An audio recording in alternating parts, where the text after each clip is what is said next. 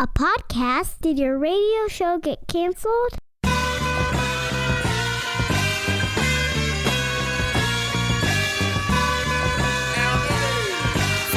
Fire. Low down and filthy, but the discipline is on point. Schooled myself, made my own dojo. A cold flow with the whole dose of soul. Maintain composure, even in theory. An anomaly, properties. This week on the $1 Million Plan, we answer your email questions. So you email me from time to time, and by time to time, I think we have like 600 emails this week. So ask Pete at PeteThePlanner.com. That's not an exaggeration, 600. Ask Pete at PeteThePlanner.com. Rough week for the U.S. America this week, as we had that awful tragedy in Las Vegas, Nevada. I don't know about you, but I've been walking around in a fog all week of sadness and despair. I do not feel really good. It's been a challenging week. Nicole, I was also on the road for a temporary amount of time. I was where'd I go? Denver? You were in Denver for a whole day. Denver for a whole day. I went to Denver. I changed my flight plans because they wanted me to. The ubiquitous they. I was supposed to do an MSNBC satellite interview on Wednesday morning, but then with everything happening in Vegas, that never happened. But then I had meetings in Denver. Anyway, I'm back. Oh my God, travel is almost wrapped up. I'm sort of sick of flying, I'm going to be honest. Sort of sick of flying.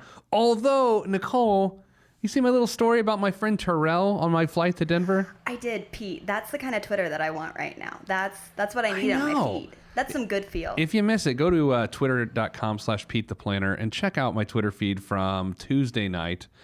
I sat with a young man. He was 9 years old. He was going to see his dad, who is staying in Denver to get back on his feet, as the kid said.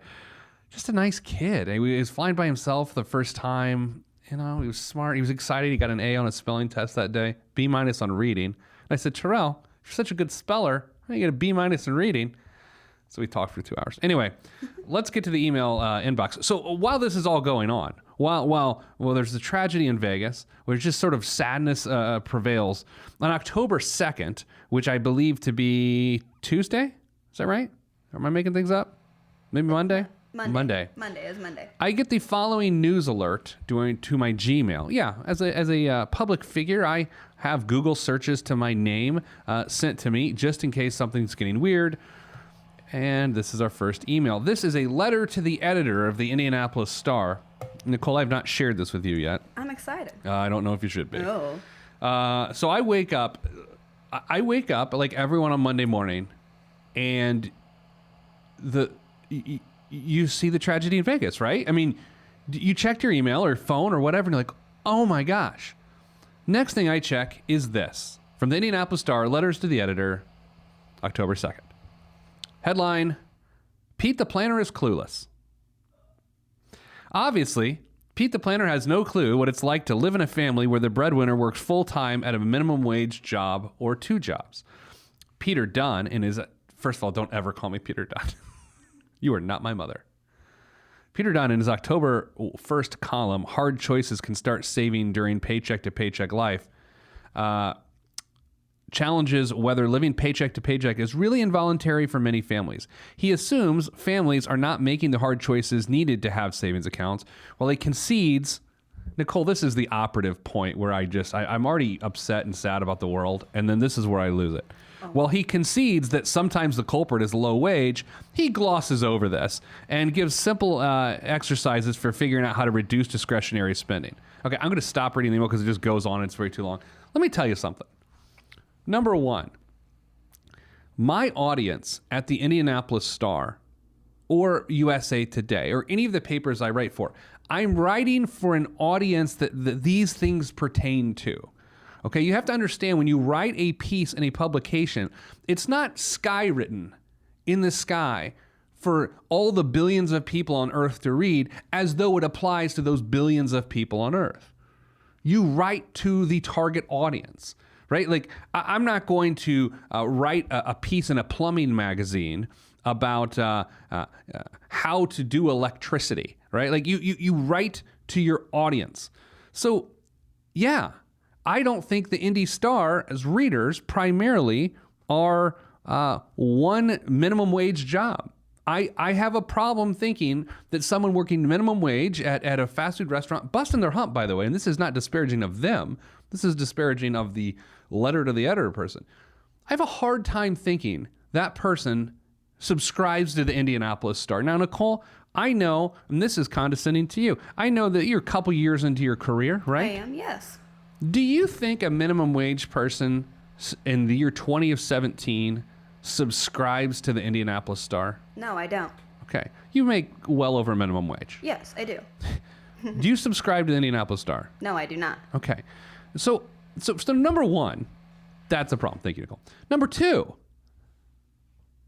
I said that sometimes low wages are the culprit. That's the whole point. You have to realize I have 800 words to express a very complex idea.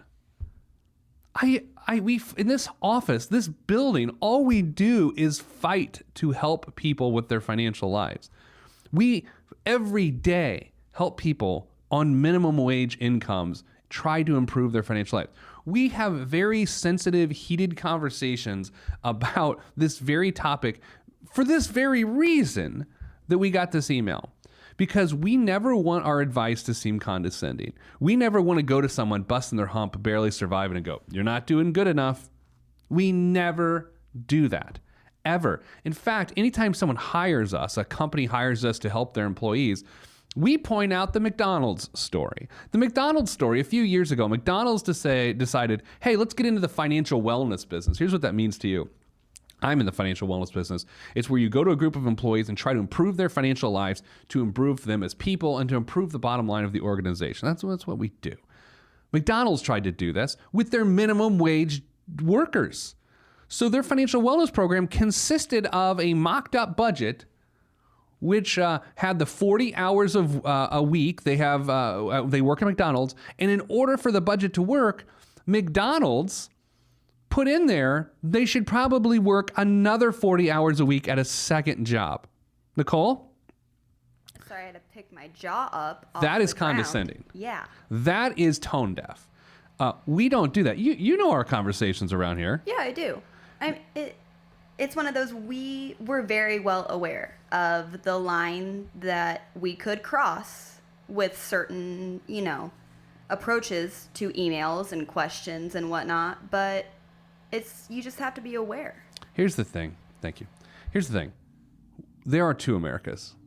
And I never wanted to believe this. I just kind of thrown my hands up recently, last year or so. There are two Americas. I'm late to the game. There is the America that makes above living wage, and then there's the America that makes below living wage. And we can act like race divides us. We can act like gender divides us. And by the way, unfortunately right now, we are very divided in both of those areas. If you don't believe me about the gender thing, check Cam Newton's comments to the female reporter down in Charlotte this past week. But really what divides us is money, okay?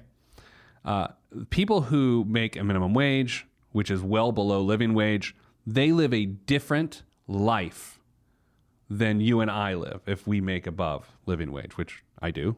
I'll speak for you. You probably do too. So I get it. Like, I get it. I'm not clueless. I understand this. We study this stuff. And it goes on in this article. You should do work with the United Way to understand this. Guess what? I have. So before you fire off letters to the editor, to my employer, saying that I'm clueless, by the way, shouldn't I be mad a little bit, Nicole, that my employer chooses to put a headline that says Pete the Planner is clueless? Yeah. I don't know. How's that work? Are you supposed to be upset about that? I'm supposed to be like, I'm supposed to take criticism like that well. My wife, I told her about it this week. She's like, you can't let that bother you. And which is easy to say. It does bother me because I take this very seriously. Especially, yeah, because it's like you said, you have 800 words to... Yeah, I don't know. Yeah. Two Americas. There are two Americas. And I hate it, and it's awful, but it's true. If you live in the America below the living wage, you are just surviving. None of my personal finance advice that we give on a regular basis applies to you. Why? Because it's impossible. It is impossible. It's impossible for you to save for retirement. It's impossible for you to stay out of debt, to have an emergency fund. It is impossible. That's why my column wasn't written to that person. It's written to the people that subscribe to the Indianapolis Star, the USA Today, and a bunch of other papers across the country. Because demographically, the folks making below living wage, making minimum wage, are not subscribers to print newspapers. They just aren't. Sorry.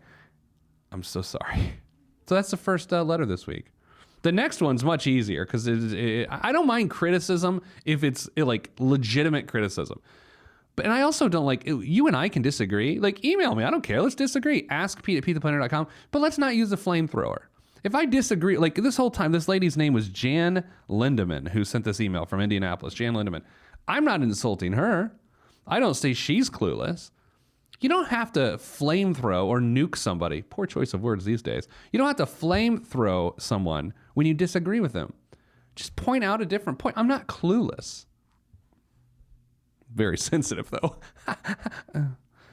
Coming up after the break. It's hot in the studio today, or am I fired up? I think a little bit of both. I'm not going to lie. I'm still off the coffee, as everyone knows, but I am having a decaf cappuccino today. I bet that cost $3. It did. It did. All right, coming up after the break, more of your emails right here on the $1 Million Plan. I'm Pete the Planner. Stop what you're doing. Log on and hit Pete up on Twitter at Pete the Planner. Primo beat, man. Kanye let this one go. Man. Sound good to me. I never question the right of any man to voice his opinion as strongly as any can. But then again, many men are citizens of their own little world, so they ain't really fitting in. I'm in the background blending in, camouflaged by the scenery, but I'm a champion. Revamp the camp again, put down the stamp again. Back on the $1 Million Plan, it's the Your Email edition. We do this from time to time. Yeah, I just coughed. I don't have a cough button. I should have a cough button. Cough buttons are expensive. Still need to cough again. Don't worry about it. I'm a radio professional. I'm going to turn away from the mic. See how'd that go? Oh, this is so uncomfortable. All right, let's. That's so unsightly. It's so gross. I had this thing like a few years ago. I've been doing a show for a long time. I did this a few years ago. I'd really get up on the mic even more, which is impossible because the mic is touching my face. And you could hear like me like smack my lips. It was so gross. I had to. Anyway, this email came in, said financial advice for contract employees. Dear unpaid intern who answers Pete's emails. Really? I answer my emails? I read my email. First, thank you for your volunteer hours. Hopefully this will count for college credit or something useful. Really? Second, I'd love to hear Pete do an episode of the podcast focus on those of us employed as 1099s. I'd be happy to be a guinea pig. A guinea pig? I believe it is guinea pig. Or listen to an episode for someone looking at the same options I am. Here's a short version of my story in case it's interesting. 34, male. Really? I assumed it was a male. No, Nicole, no woman on the planet would start the email the way this email started, would it? No way. There is no chance a woman would ever say, "Dear unpaid intern who answers Pete's emails." That is a dude thing. No way. When I read that, I was like, and the irony is I'm the one who's probably closest to have been an intern. Yeah. And my internship was paid. Right. And I got college credit. We've never had an unpaid intern here. No, I haven't. I think. I mean, I give them hand-signed glossies of like my headshots. Yeah, I mean, that's good pay. Yeah. Here's a short version of my story in case you're wondering. 34, male, getting married in the next few years, no kids, no debt. I spent a decade or so chasing my dream of coaching triathletes and running a bike shop. How does one coach a triathlete? I don't know, but I'm interested. I am interested. I'm definitely interested. I don't have the body of a triathlete. But you have the bike. I do have a bike. Listen to this. Nicole, when you think about, do you ever do gymnastics? You were a dancer, right? You did dance. Mom tried to do the whole gymnastics and dance thing, but the high beam bars just were not my thing. Have I ever told you my coaching theory of why coaching might be one of the weirdest things in the world? No. It has to do with gymnastics. So, like, greatest gymnastics coach of all time, U.S. women's gymnastics, his name is... Bela Karolyi. Thank you. Correct. Old Romanian guy, right? He's Romanian? Yeah, I was going to say, that sounds Got a bushy mustache, looks like a push broom on the top of his lip. impressive. Thank you. Well, for him. Yeah. Thanks on his behalf. He's sort of a pudgy-looking dude. And he coaches world-class... Like, how do you teach someone to be a world-class gymnast when you're an old Romanian man? Like, I don't Romanian has nothing to do with it. Like, I've never understood that about something like gymnastics. Basketball or football, I kind of get. But something like gymnastics, like, how does he know? Like, right? Is he getting up there with him? Right. I have never understood that. And it's really... questions. Anyway. Living paycheck to paycheck for quite a while without saving for retirement, and switched careers to financial crime. Stopping it, not committing it. Really? That's interesting. I want to have the guy on to talk about that. I've spent the last 18 months trying to be aggressive with catching up on my retirement savings, and I'd love to hear how I'm doing and what I can do better. Appreciate the hard work you do.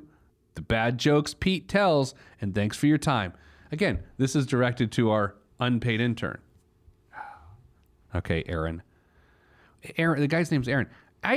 Nicole, you weren't around for a couple years ago when I had the beef with a guy named Aaron, were you?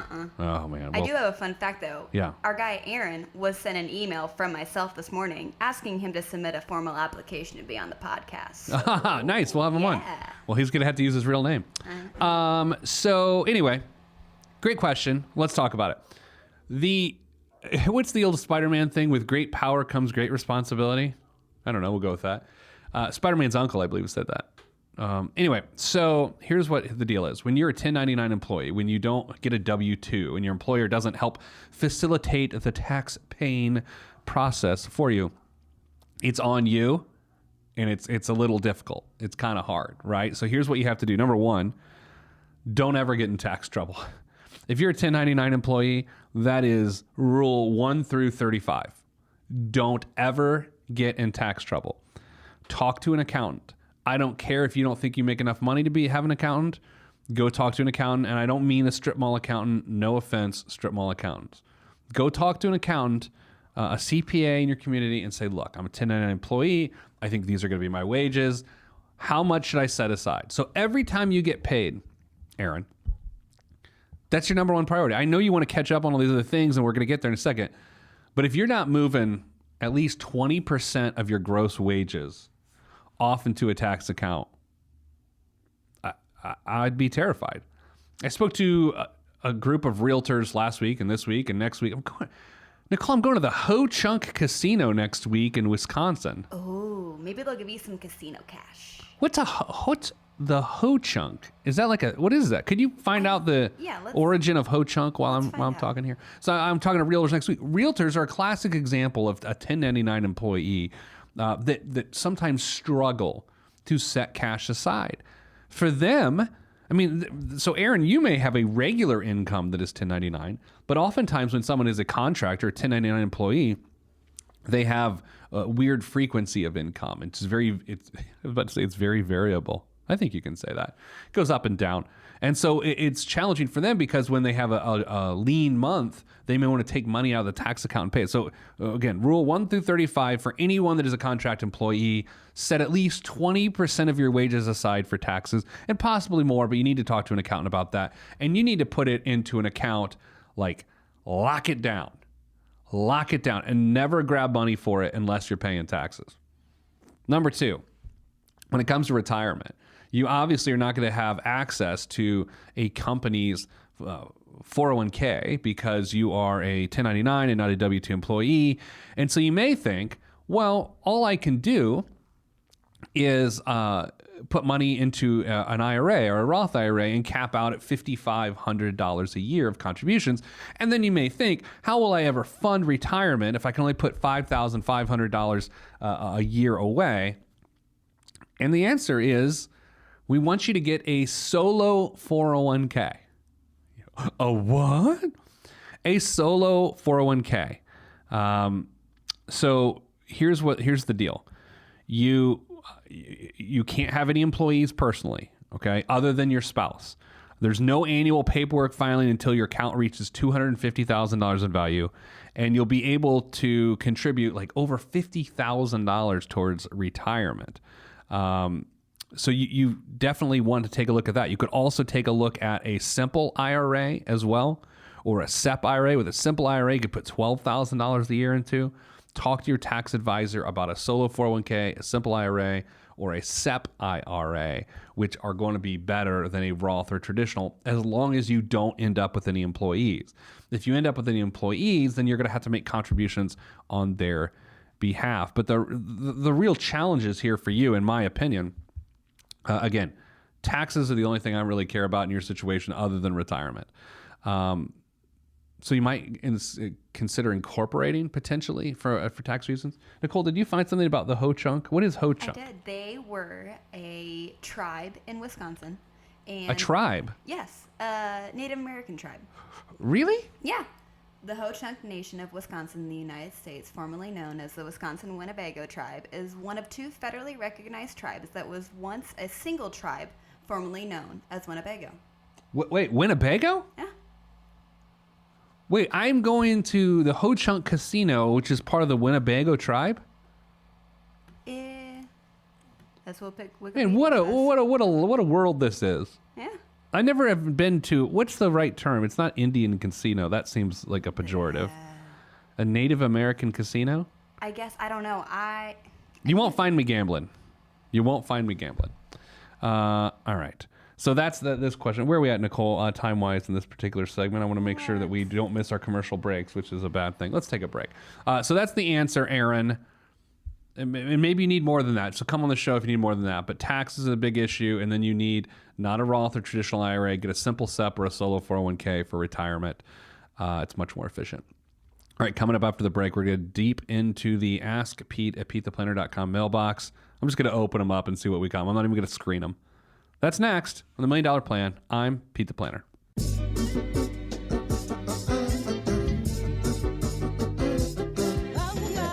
Yeah. Axe hand on the beat. Yes, sir. Glass House. Yes, sir. Mr. Kinetic, Rusty Redenbacher. ATFU. Naptown. Yeah.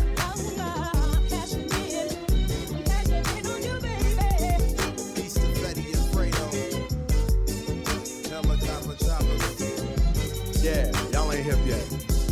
Cashing in like the end of the game at the casino. I lean so the glare of the rear view don't hit me. Swiftly through the avenues and boulevards. Old soul playing on my speakers. Old soul but young in age, a boss player. Not from the Himalayas, but my fam gave me Gary, Indiana game. Grew up around the country, but the mindset was there. Ain't I won't complain about a damn thing on this beat. Axe hand got it slapping. Glass house, keep it funky. Back on the $1 Million Plan, Pete the Planner. It's the mailbag edition. Now, I just opened up the mailbag like 5 seconds before we went to air here. Nicole, the first email I see, I'm not giving any names here, although he did give the prayer hands at the end of the email, which is pretty cool. Pete, good morning. Just read your paycheck to paycheck article in USA Today. Are you ready for this, Nicole? I don't know. This is going to be a pretty big I told you so moment, but I don't do things like that. I am a well-educated, well-established, and chair of an anesthesia department, which I can barely even say that word. I make more than $500,000 a year, still in my first marriage, and happy, but live paycheck to paycheck. Due to work and other commitments, I have difficulty managing and setting up data-driven goals. Please help. Nicole, this is my point, people. Yes. It doesn't matter how much money you make as long as you make above living wage. People live paycheck to paycheck all the time. I haven't told an NFL story in a while, have I? Of like when I used to work with football players? You kind of touched on it, but Yeah. we didn't elaborate. We didn't have time to. So I used to work with professional athletes a lot on their physical fitness. No, their financial lives. And so here's what happens. Those guys, and here's the other thing. You're going to play little tiny violins because you're not going to care, but please let me get to the point. They get paid 17 weeks a year. During the season is when they get paid. The other 35 weeks a year, they don't get jack squat. So if you live paycheck to paycheck because you let your lifestyle expand during those 17 weeks, Then when you get to the 18th week and you didn't make the playoffs, which may possibly be the case for the local team, then you are in trouble because you live paycheck to paycheck and you got no more paychecks for 35 weeks. It doesn't matter how much money you make if your habits aren't on point. This dude makes $500,000 a year. I'm doing some math here. I couldn't do it on the fly, so I got to grab my calculator. Nicole, I want you to close your eyes for a second. Okay. You're not driving, are you? No, I'm not. I'm sitting. Okay. Well, you do sit when you drive, but I don't want to point that out. Close your eyes. Yep. I want you to imagine your monthly income, $41,666.67 a month. Could you do that, or do you think you live paycheck to paycheck? Yeah. I think I would be living paycheck to paycheck. Here's the thing. I'm not even hating on my guy here because that is reality. It doesn't matter what you make. And if you're not making a lot of money and you're stressed financially and you hear me say it doesn't matter what you make, oh, it sure does. Shh. I'm shushing you. My finger is reaching through the radio and it is touching your lips. It doesn't matter what you make because that's the whole point of paycheck to paycheck that's why I wrote the column. Anyway, I will have to answer this later because he wants help, individual help. I'd be glad to help him. Let's see what else we got. Ooh, an inheritance question. That's a little bit of a long one. We'll go with it. Pete, my husband, and I are doing okay for now. We're both 67 and fully retired with $200 a month in pensions. That's not that much. And I've been working 2 part-time jobs that don't pay a lot, but are enjoyable and rewarding. Okay, before we go much further, and I'll never get through this show, Nicole, because I interrupt myself a lot. I don't know if you noticed that. No. Shh. Isn't this interesting? We're doing okay for now. $200 a month in a pension and 2 part-time jobs, and she's like, it's enjoyable. And then 2 minutes ago, we're talking about a dude with 500 GER a year in income and can't get it done. Perspective's a funny thing, isn't it? We're pulling $400 a month from one of our retirement accounts at Edward Jones. I like to just call Edward Jones Jones. My husband is collecting his Social Security, and I'm collecting half of his amount, which means she unlikely worked 40 quarters.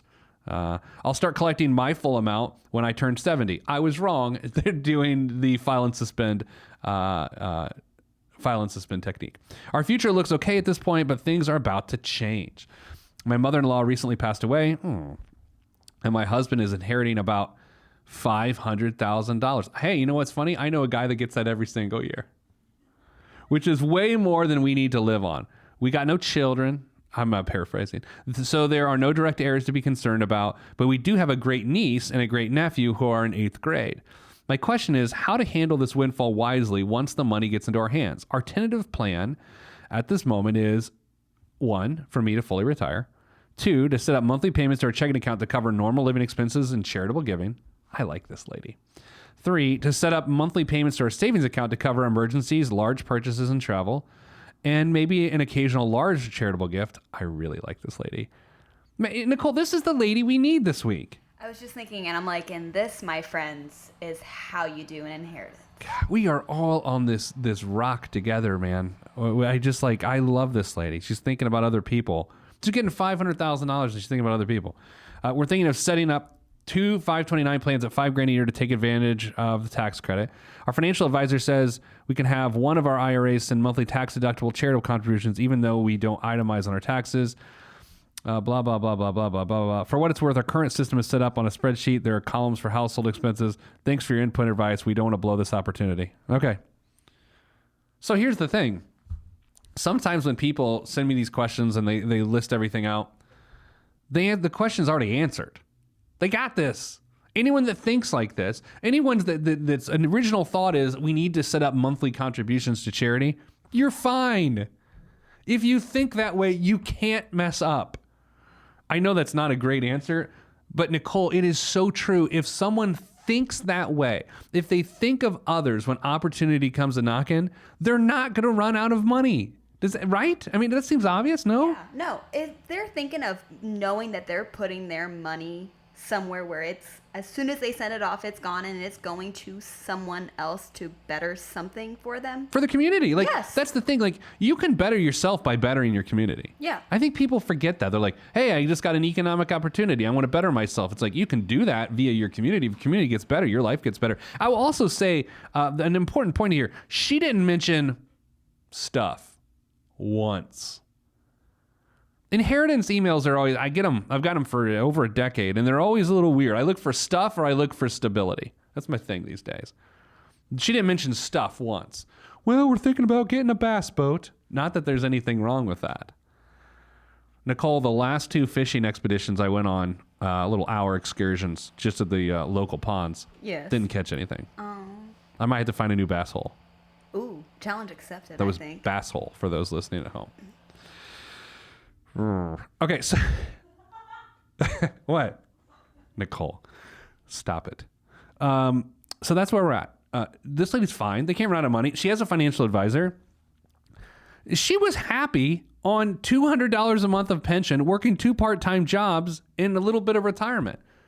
She's fine. She can't possibly mess up. I'm going to mark that one too. I'm going to email her back later. We read these sometimes. Let's find another one. Oh, not that one. Okay. How about this one? My husband and I will turn 65 within the next 6 months. I'm retired and he may soon follow. Just waiting on Medicare eligibility. You do realize, listening right now, that the reason you'll be able to retire is because you become eligible for Medicare, right? With the healthcare system and the ways in this country, retiring prior to 65, you have to have a ton of income to afford healthcare. We can draw enough investment income, 4%, and with my pension, that we probably don't need Social Security yet. Our planner says draw Social Security sooner rather than later, as he anticipates Social Security changes and maybe wants more of our money to stay invested. Should we wait until we are 66 and a half or even later? I don't want to be a 90-year-old widow sitting on a pile of money we could have enjoyed together. On the other hand, with no kids, I know I'll have to be self-sufficient. Man, this is totally an opinion situation here. Like, I'm not saying your planner is wrong. I view it a little bit differently. I would rather you wait as long as possible to take Social Security. Yeah, and these are the good years. I would say if the market turns, like if the market turns hard, like really hard, and we're in a downswing, stop taking money out of your investments and start the Social Security. But as long as we're in this bull market where, like, my kids' 529 plans, college savings plans, have averaged 9% over the last 5 years. And the last year, they got like 16% in the last 12 months. Let it ride, baby. Let it ride. Let's keep going. Take those gains now. But do not keep withdrawing 4% if the market gets hammered. Shut that down for a little bit. Start taking Social Security now. That's the way we'll go. That's how we do the... that was fun, right, Nicole? We did some emails there? Yeah, that was fun. I know what you're thinking. You're thinking, you just didn't want to play in a show today. And I would say to you, coming up after the break, we've got biggest waste of money of the week. Right here on the $1 Million Plan, I am Pete the Planner.